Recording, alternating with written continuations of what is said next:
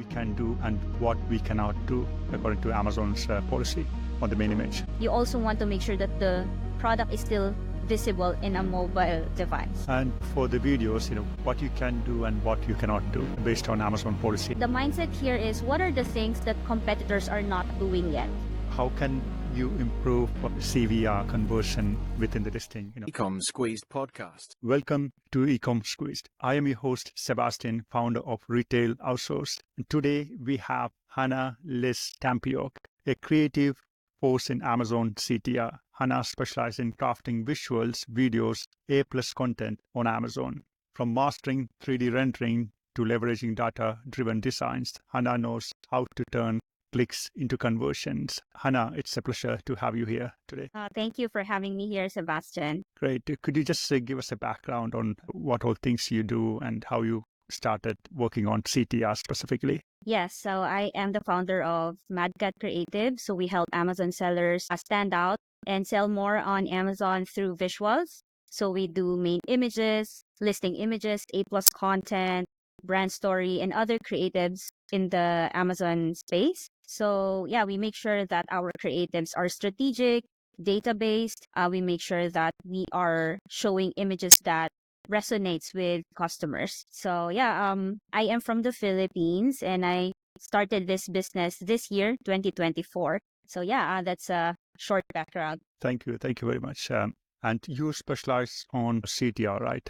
So let's assume that the main image. So what are the things that you normally look into when you want to work on a main image? Right.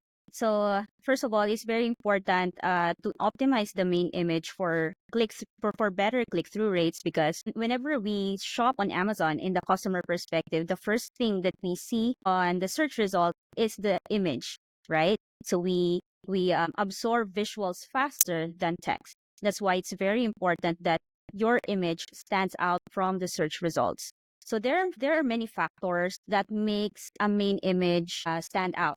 For example, how do you present your image? How big is your image? Will it be perceived as something premium looking or high quality? Sometimes it depends on the quality of the photo, sometimes on the lighting, sometimes on the angle of the product. So that's number one, how you present the product and what are the benefits or features that people are looking for. And when they see the main image, it's easy to grasp, right? Just from looking at a single image, will the customer understand what the product is about? So I think that's the power of this single image. It gives a story, context about the product in just one glance. So that's the power of the main image, and being strategic in the main image will help you boost your sales because it gets more clicks from the search results. Okay, that's a great explanation. Thank you. And on the main image side, we can do a lot of stuff, right? We can add tags and stuff like that. But, in general, what we can do and what we cannot do according to Amazon's policy on the main image.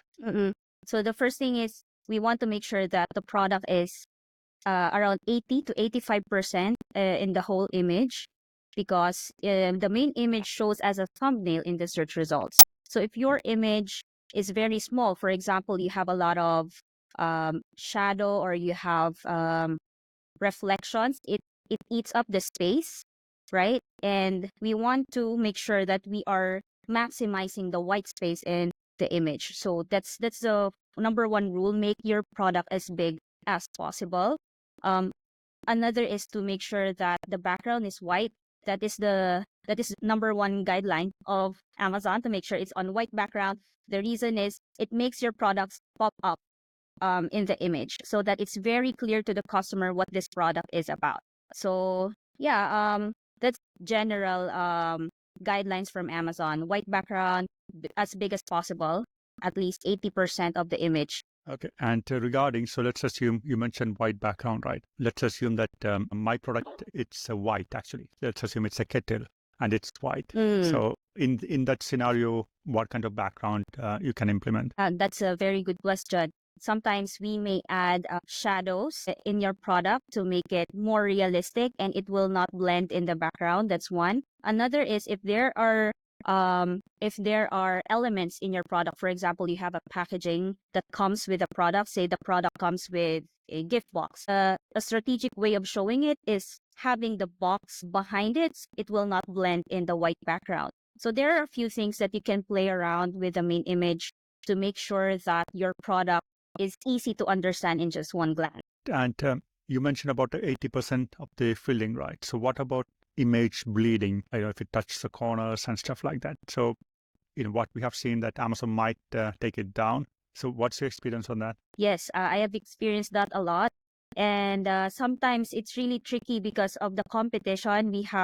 Sometimes we want to crop the image. And there are times that Amazon really flags those type of image.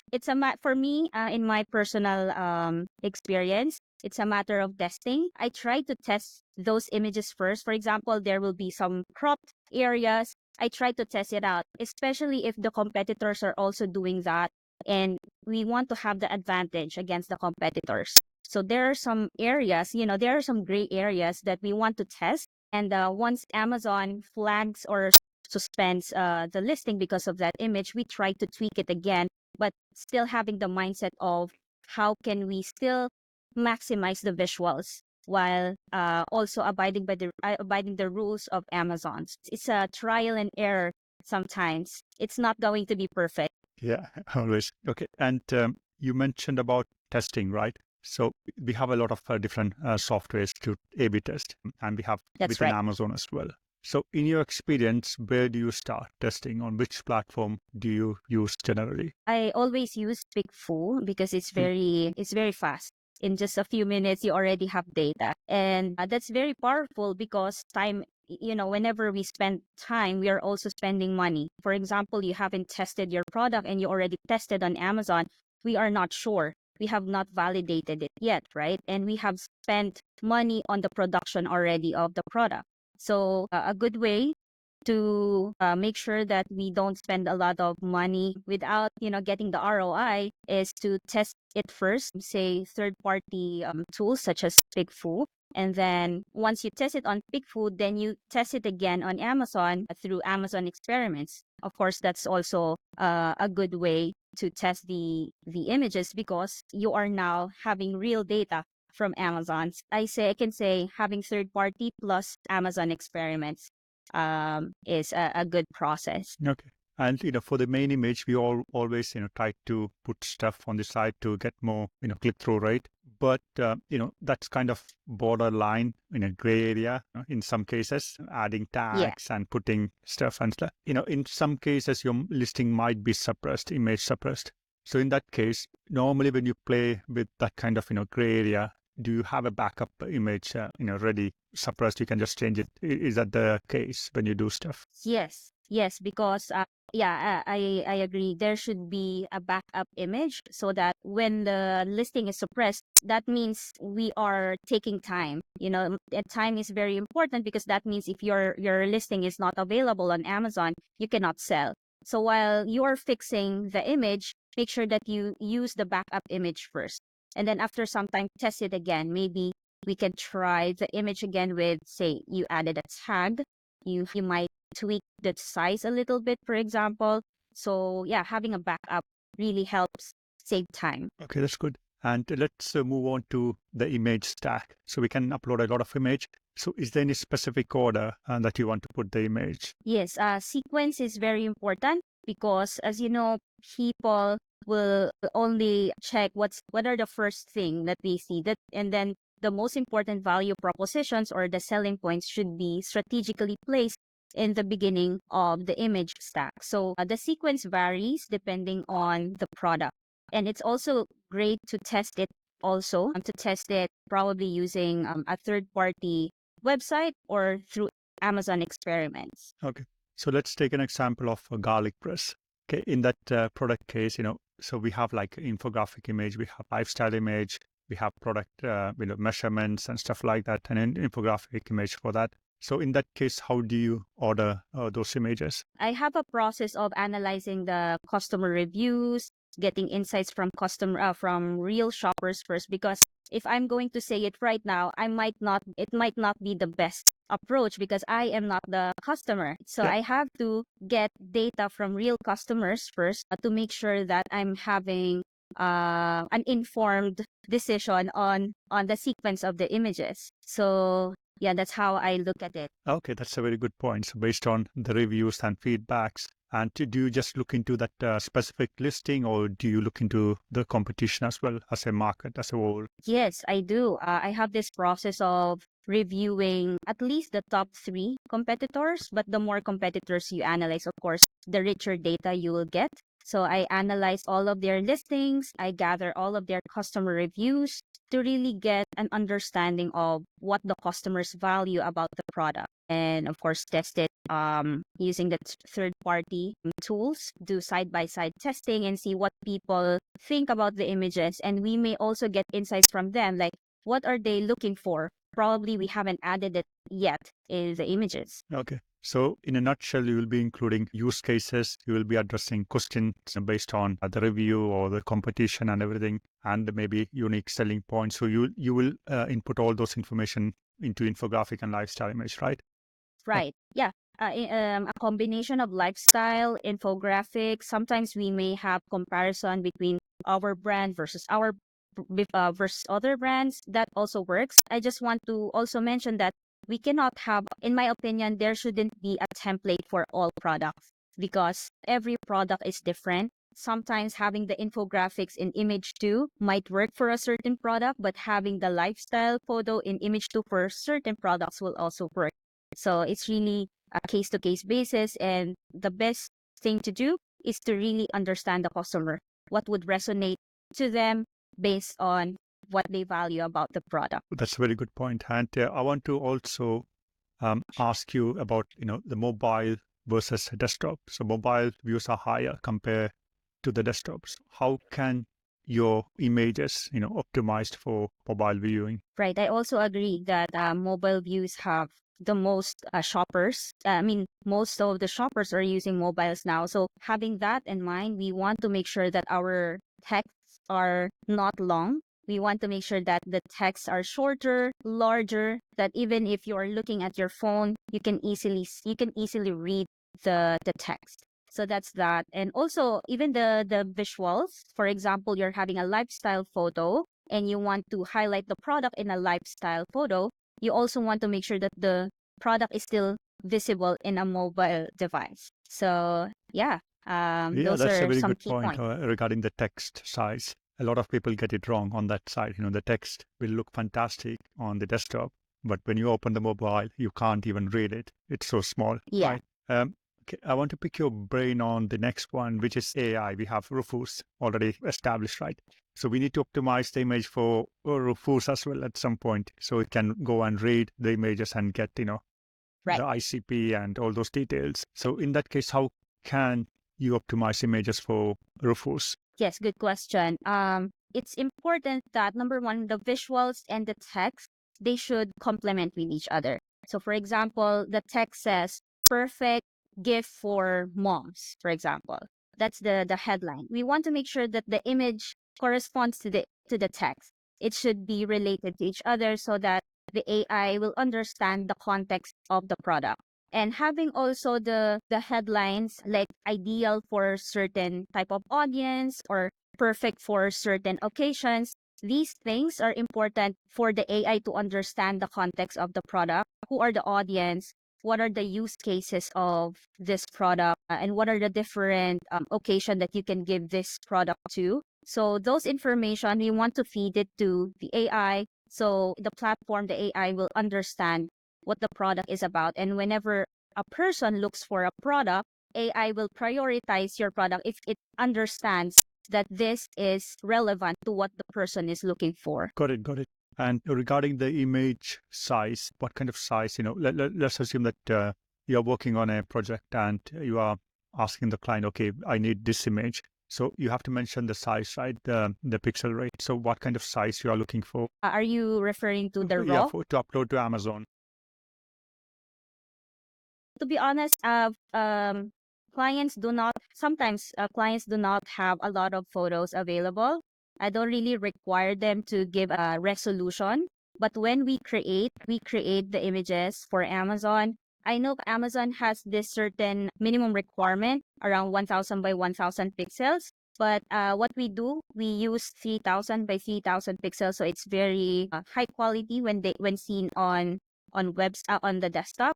So that's what we do. We resize the photo based on that size that we do in our imagery. So sometimes we cannot demand the clients if they have this certain resolution because it's not available. We just adapt to what is available from the client side. Great. And I want to move into now the video section, right, for the product. So I have seen that certain listing have the videos, the second will be the videos after that. So how can you do that? How can you show videos second in the row? How to show it in the second row? Yeah. Actually, I'm not very sure, but I remember before, I'm not really sure on this. I just remember that you can add more videos, and I'm not sure if this is still true as of now. But before I tested uploading multiple videos, and it will move the slot to the other parts of the gallery. So that's what I did before, but I'm not sure if it's still true today. Yeah. Actually. Yeah. Yeah. And in terms of videos, what all information you are trying to convey to the buyer? Again, you will look into the full market or the reviews. How does it work? Yeah. As for me, whenever I research a product, aside from the photo or the main image, that's the second thing I check. What can I see the video because I want to have a glimpse of what the product is about in a few seconds. So as much as possible, educate the customer what the product is about, what is it for, who are the customers, who is it for, what is the function of the product, if it's a functional product, how can we use it, is there a step-by-step guide? So those things that customers need to know about the product. And I just want to mention that it has to be in just a few seconds. The customer should be able to get the most important information, like in the first 3 to 5 seconds. Give them what they need to see. So it doesn't have to be a very long video. 30-second video is already enough for us to showcase what the product is about. Okay. And for the videos, what you can do and what you cannot do based on Amazon policy. I know you cannot add some, what do you call this? There are some rules that you cannot add, like shop now, all those CTA, you cannot add that. So let's try not to add shop now. And I remember when dealing with baby products, we need to make sure that the baby has an adult beside it. So those are things that it varies from category by category. So yeah, those are the things that you cannot do on Amazon. Okay, great points. Another thing, for example, is eco-friendly. Those some claims that you need to back it up with research, with some laboratory tests. You need to be very careful in showing that. Yeah. So as long as you have the certification, I think you'll be fine, right? Yeah, great. And, regarding images again, let's move on to the branded side, the branded banner. This is on the description side, the brand story. So how can you optimize it for seasons like, let's say Christmas or Black Friday, Cyber Monday, Boxing Day. So we have a lot of occasions, right, that we can maximize the sales. So how can we optimize banners? Yes, good question. Yeah, so we first need to understand how it shows up in the mobile or web. So how a brand story shows up is the background, the horizontal background shows up first. So we can add say you have a promotion, you can say we have a special offer, we can add that in the left side of the brand story background to maximize that space. And then for the carousel, that people the behavior of people is to swipe it, right? Right. So feed them with, visuals that are engaging to swipe. So you can probably show photos, and you can also show the, module where they can click your products to introduce the different products that your brand is selling. So yeah, those things. You may also add some authority messages. For example, you've been just mentioned in a certain award or some website that you've been recognized. So those are real estate for that. to build the credibility of your brand. Yeah, that's a very good point. So we can use a brand story banner for all those information and to cross-sell as well. So that's fantastic. And let's take an example. Let's assume that a client came to you with a click-through rate CTR issue. So what kind of improvements that you normally see after doing the optimization, image optimization? You mean how much CTR? Yeah, or CTR will the increase. images? Yeah, roughly an average, what you have seen in your experience. I don't have the numbers actually because there are so many factors affecting CTR. I cannot say that improving the main image will already improve the CTR, but that is one important factor. The client also have to make sure that the title is optimized and the pricing is also strategic, because sometimes the main image is already optimized. Like if we test it on PickFu, it will be the best. But when they see that the price is very high compared to the competitors, that's a big challenge. And at the same time, the customer review ratings play a big part. So I don't really have a number after optimizing the main image, the CTR will improve at a certain percentage. Okay, got it. And let's move on to the A+ content. So we have A+, basic one, and we have premium one. Could you just give us an overview of what are they and why they are different? Yes. So basic A+ content is the default A+ content available for every seller, especially if they have already registered on Amazon Brand Registry. So that's the basic. And once you have once you have this certain requirement of you need to have all the ASINs added to your brand story, and you also have A+ content, 5 basic A+ content published in the last 12 months, you will be eligible for premium A+ content. Now, premium A+ content compared to basic is much better because it gives you this mini website look, because all the modules there, it can be like a seamless content, like what you can see in a website. So this is a best space for you to be creative, to show to show rich visuals. You can also show videos here, hotspots, carousel, to engage the customers to learn more about your product.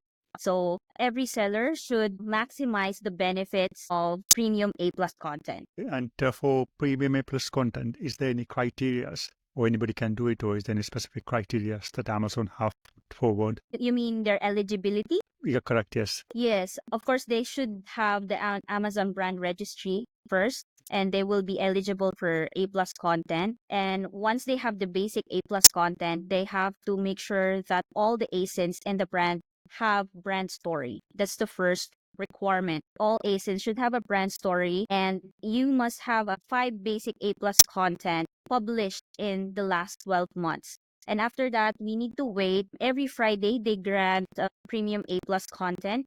And once you are eligible for premium A+ content, you will see that in your Seller Central account. Then you can start working on the premium A+ content. So let's give a scenario. Okay, you only have 2 products and they have basic A+ content. So in that case, how can you upgrade to premium? What are the ways around it? Yeah, good question. What we can do here, this is the technique or a trick. You can duplicate the basic A+ content multiple times to be eligible to premium A+ content. Just duplicate and publish them, so you have at least 5 basic A+ content published in your brand. Okay, great. And for the A+ premium, what are the different type of modules that we can play around with or include in the listing? Yes. So there are a lot of modules. Here are some modules.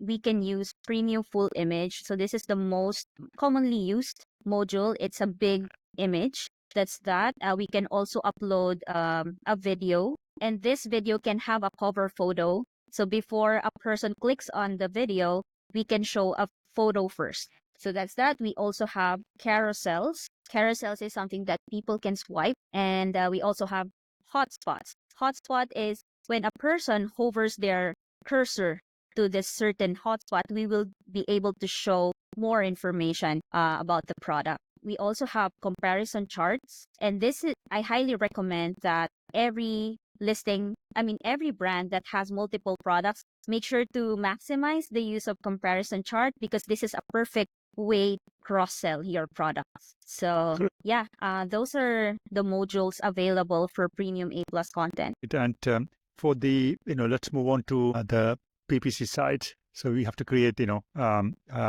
videos, for example, right? So in that case, do you use the same video that you have it on product listing, or do you have to create a specific video? And could you just tell us more about that? Yeah, we can repurpose the videos that we have on the listing as long as the requirements of, for example, PPC requires, I think, 45 seconds. So as long as your product doesn't exceed 45 seconds and the size are also the same, then you can repurpose it on PPC. And regarding, let's assume that you are in a highly competitive category and you have to stand out, right? The competition have the best image and everything. What else you can do to get more CTR? Let's assume the price and everything are like, it's all good. On the image side, what else you will look into to improve it further? For the image, yes, if the titles are optimized, prices are good, we have good customer reviews, what we can manipulate really is the creatives, right? So we can improve the image. I think for the main image, we want to find a way to stand out. That what the mindset here is, what are the things that competitors are not doing yet, right? So what I do, here's a technique I learned from Sim Mahon. He's a Amazon seller as well.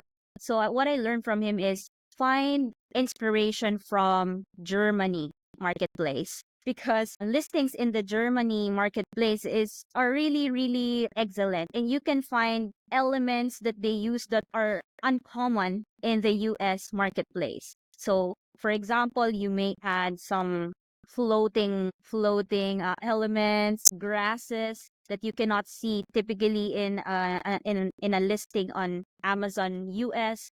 So those things, find a way that is not common in your category, and that will make you stand out. It's like thinking outside the box. That's a very good point about Germany. And my next question is about AI. So we can use a lot of AI to generate images, right? So do you recommend AI image at this stage? It might improve down the line, but for now, do you use AI to create images for listing? Yes, I use AI a lot for images because some clients, they don't have lifestyle photos for their products, and that's very common. Sometimes I work with clients with product images that are in white background only, but we know that to stand out, we have to try different types of images. For example, lifestyle image. And to do that, we may use stock photos or AI. AI is useful if you want models to interact with the product.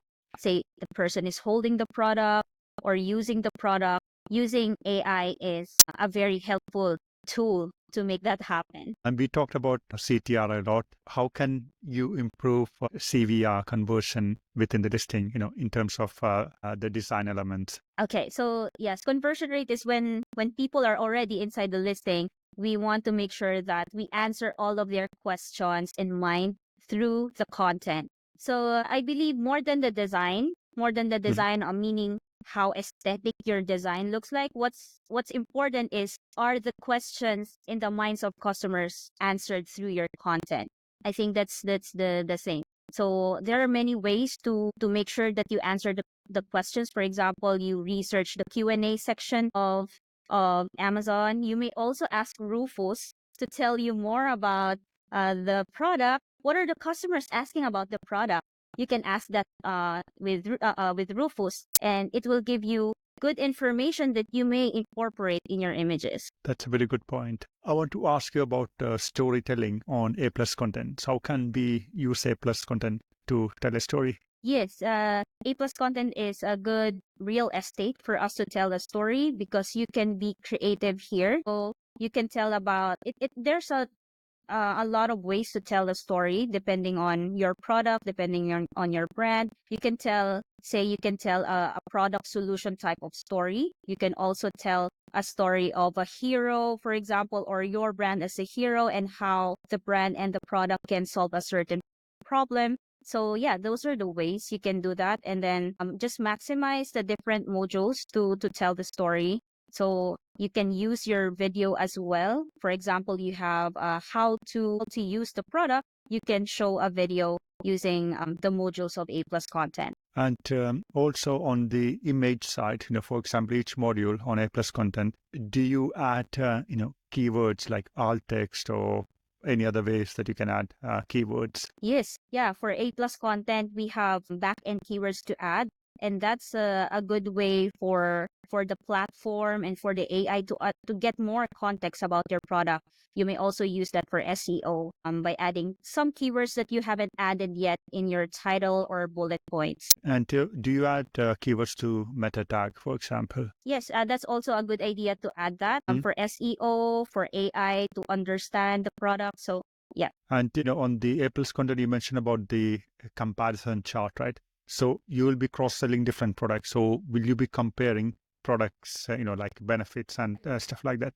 So which module do you normally use for that? Yes, the simple comparison chart works, and you may add to be honest, the technique here is to add as many information as possible, because the longer the comparison chart, you are getting more space for the customers to see more about your product, because when they scroll down, they will see more ads, right? To avoid that, to avoid the distraction, use the comparison chart to keep the attention of the people. Okay, great.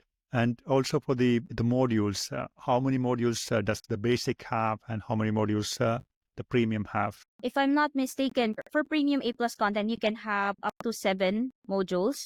For A+, for basic, I think also up to 7. I'm not 100% sure about basic, but for premium, it's 7 modules. Okay, that's great. So we can use different type of, like as you mentioned, videos, interactive scrolling banners. So much more, and the width is different, I assume, right? And A+ will take the full width of the page. And I just want to move on to, in general, so this is something completely different from the topic. Is there any books that you recommend for the viewers that have helped you a lot? I don't have any. I don't have any books to recommend. Actually, all of my learnings are just from experience and more reps. More reps, more trial and error. So that's where I got all the information I have right now. That's great. And is there any people that you follow, for example, on LinkedIn on the topic of Amazon? Yes. For creatives, I specifically follow John Aspinall. I follow him a lot. He has a lot of number one, it's techniques. the king, right? Yeah, the CTR guy. So that's that. Number one, John Aspinall, and also Daniela. So they are the top content creators I have in mind if you want to learn a lot about Amazon creatives, conversion rate, CTR. That's great. And how people can find you if they want to do any work with you? How can they contact you? Yes, they can find me via LinkedIn. Just find me Hanna Tampiok and just send me a DM. You can get it from there. Okay. And do you offer any free consultation initially? Yes, I do have free consultation. Just send me a DM and let's see how I can help you improve your conversion rate and click-through rates through your visuals. Great. I will put the LinkedIn profile link down in the show notes. And thanks a lot for being on the show, Hanna. Appreciate all your advice and insights. Thank you so much, Sebastian, for the invite and for this opportunity. Thank you. Thank you.